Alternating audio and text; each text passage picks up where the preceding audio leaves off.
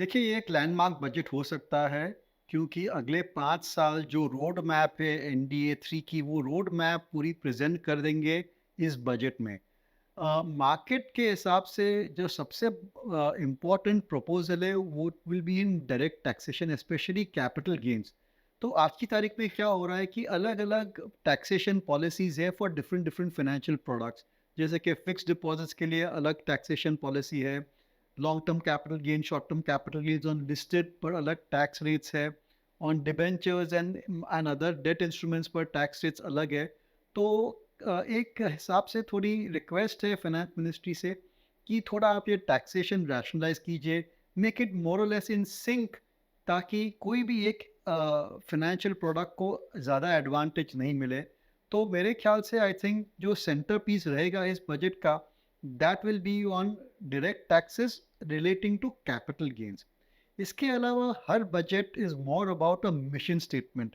It is about the big picture, यानी कि government क्या करना चाहती है, किस सेक्टर पर फोकस करना चाहती है, कहाँ पर पैसा और खर्चना चाहती है, which is the section that they want to really uplift in this particular year. और जिस हिसाब से जो इलेक्शन का रिजल्ट आया था, उसमें एक क्लियर कट सिग्नल मिला है बीजेपी को कि they should focus on the rural area. इसलिए इस बजट में agriculture, rural, other rural related sectors और सब सेक्टर्स को काफ़ी प्रोत्साहन देंगे और काफ़ी हद तक वहाँ पर स्पेंडिंग भी करेंगे। You can also expect more और more subsidies being given directly to the poor, especially the women also, ताकि जो स्ट्रेस है, पोस्ट कोविड इतना स्ट्रेस है रूरल एरियाज में, तो वो स्ट्रेस थोड़ा रिलीव कर सकते हैं through this particular budget. So ये मेरे ख्याल से एक बहुत ही इम्पोर्टेंट बजट है और पहला बजट है for the next 5 years. So market में काफ़ी एक्सपेक्टेशन भी है कि फाइनेंस मिनिस्टर एक अच्छी बजट प्रेजेंट करेगी, जिसमें सभी को फ़ायदे मिल सकते हैं।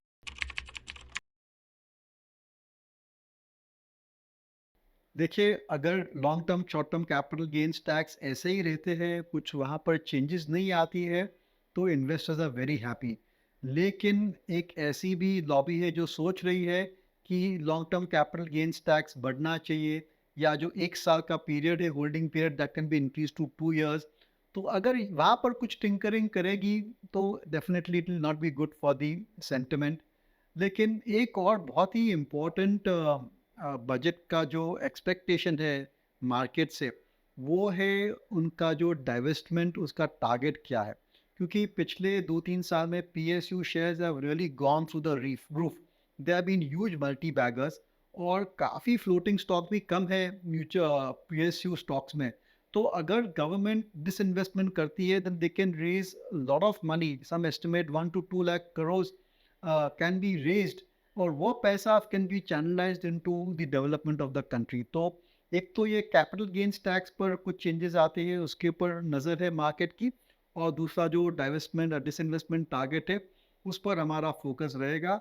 But let us see what the government has in mind. We are entering this budget on a high, यानी मार्केट पूरा रैली हो चुका है और बजट सेशन में जा रहा है। तो मेरे ख्याल से you could have a sell on news type of syndrome, यानी कि बजट के बाद करेक्शन आ सकती है मार्केट में, क्योंकि जो सभी पॉजिटिव न्यूज़ है वो मार्केट में डिस्काउंट हो चुके हैं। तो यू कुड एक्सपेक्ट कि मार्केट में rally up to the budget, and thereafter depending upon the budget proposal there could be a minor correction. But जिस हिसाब से रिटेल पैसा आ रहा है इस मार्केट में, मेरे ख्याल से एक डीप करेक्शन आना बहुत ही मुश्किल है। There is no real trigger for retail money, for small investors to stop investing in the capital market.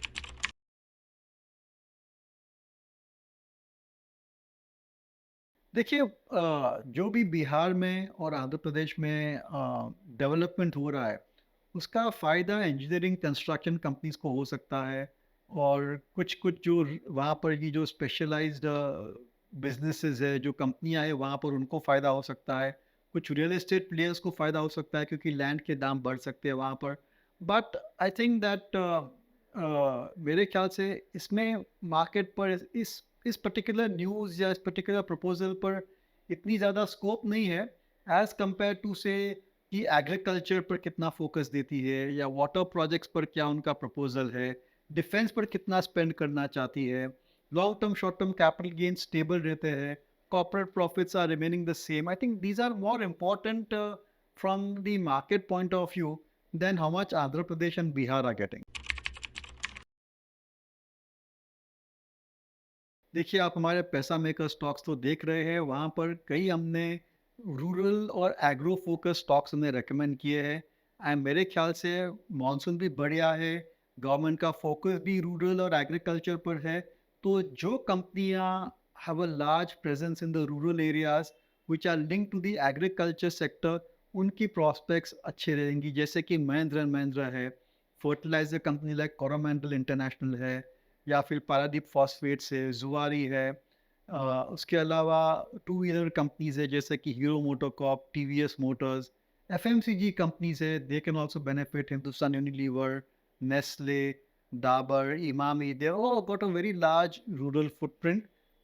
फिर कुछ अन्य एग्रोकेमिकल कंपनीज़ है, जैसे कि हमने डिस्कस किया था, इंसेक्टिसाइड्स इंडिया है, या फिर दानुका एग्रीटेक है। So these companies also can do very well. So agrochemicals, fertilizers, automobiles, FMCG, and of course engineering construction companies, क्योंकि रूरल एरियाज में काफ़ी इंफ्रास्ट्रक्चर की ज़रूरत है। नहीं, देखिए, बैंक्स की जो इशू है that is more to do with liquidity, और उनकी कई चैलेंजेस है in terms of raising deposits, और डिपॉजिट का जो रेट है वो भी बहुत ज़्यादा है, जिसकी वजह से उनकी नेट इंटरेस्ट मार्जिन पर नेगेटिव इफेक्ट आ रहा है। तो ये जो सिचुएशन है that only the RBI can resolve. अगर आरबीआई सिस्टम में लिक्विडिटी बढ़ाती है या फिर आगे चलते इंटरेस्ट रेट्स कम करती है, देन बैंक्स को सीधा सीधा फ़ायदा इसका मिल सकता है in terms of higher net interest margin, which will translate to higher net interest income, जिसका फ़ायदा उनको प्रॉफिट्स पे आ सकता है।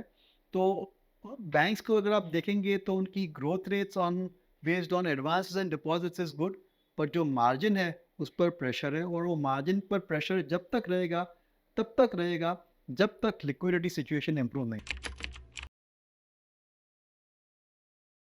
देखिए, अगर the poorest to the poor को कुछ सब्सिडी दी जाती है देन डेफिनेटली कंजम्पशन बढ़ सकता है। तो जो लो टिकट कंजम्पशन आइटम्स है, उन उन कंपनियों को फ़ायदा हो सकता है, जैसे कि एफएमसीजी है, even telecom companies can benefit, entertainment companies. So there are lots of companies which can benefit from higher rural consumption. But on the whole, I think if I would to like to play, I would like to play the budget through large engineering construction companies, जहाँ पर थोड़ा order flow कम हुआ है because of the elections, लेकिन फिर से pick up हो सकता है।